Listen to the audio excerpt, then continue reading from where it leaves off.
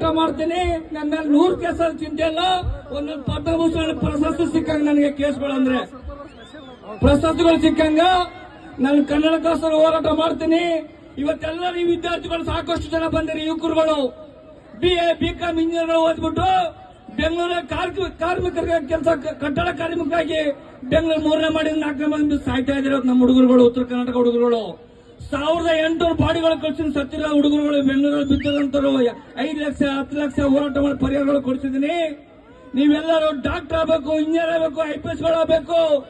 ಯಾಕಂದ್ರೆ ನಾವು ಯಾರೇನು ಕಮ್ಮಿ ಇಲ್ಲ. ಇವತ್ತು ಉದಾಹರಣೆ ಇಲ್ಲೇ ಕುಂತಾರೆ ನಮ್ಮ ಜ್ಯೋತಿ ಮತ್ತೆ ನಮ್ಮ ಮಹಿಳಾರಿ.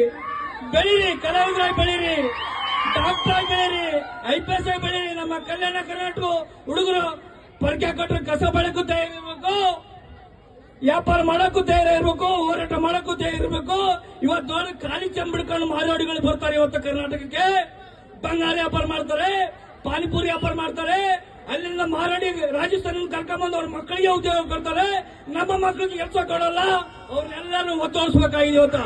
ನಮ್ಮ ಮಕ್ಕಳಿಗೆ ಕೆಲಸ ಕೊಡಬೇಕು, ನಮ್ಮ ಕರ್ನಾಟಕ ಮಕ್ಕಳಿಗೆ ಕೆಲಸ ಕೊಡಬೇಕು. ಯಾಕಂದ್ರೆ ಕೇಳಂತ ಅಧಿಕಾರ ನಿಮಗಿರ್ಬೇಕು. ಇವತ್ತೆಲ್ಲ ಬಿಟ್ಕೊಂಡು ಇವತ್ತೆಲ್ಲ ಕರ್ನಾಟಕ ಎಲ್ಲ ಬರೆಸ್ಕೊಂತ ಇದ್ದಾರೆ ಅವರೆಲ್ಲರೂ. ನೀವೆಲ್ಲ ವಿದ್ಯಾರ್ಥಿಗಳು ಜಾಗೃತ ಆಗ್ರಿ.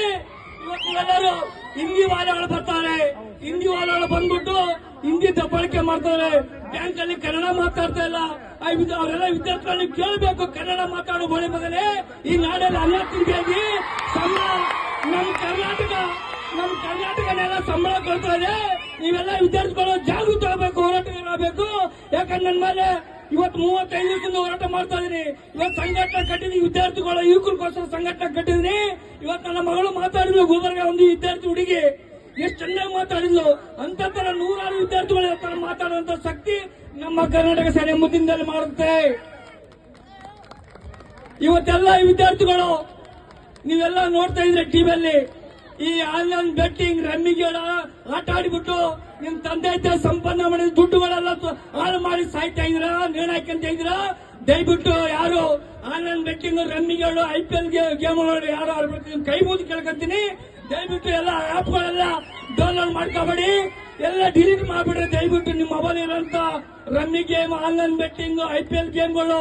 ಯಾಕಂದ್ರೆ ಹೊಲ ಮನೆ ಮಾರ್ಬಿಟ್ಟು ಸಾಯ್ತಾ ಇದಾರೆ ತಂದೆ ತಾಯಿಗಳು, ವಿದ್ಯಾರ್ಥಿಗಳು ನೇಣು ಹಾಕಂತ ಇದಾರೆ. ಸಾಕಷ್ಟು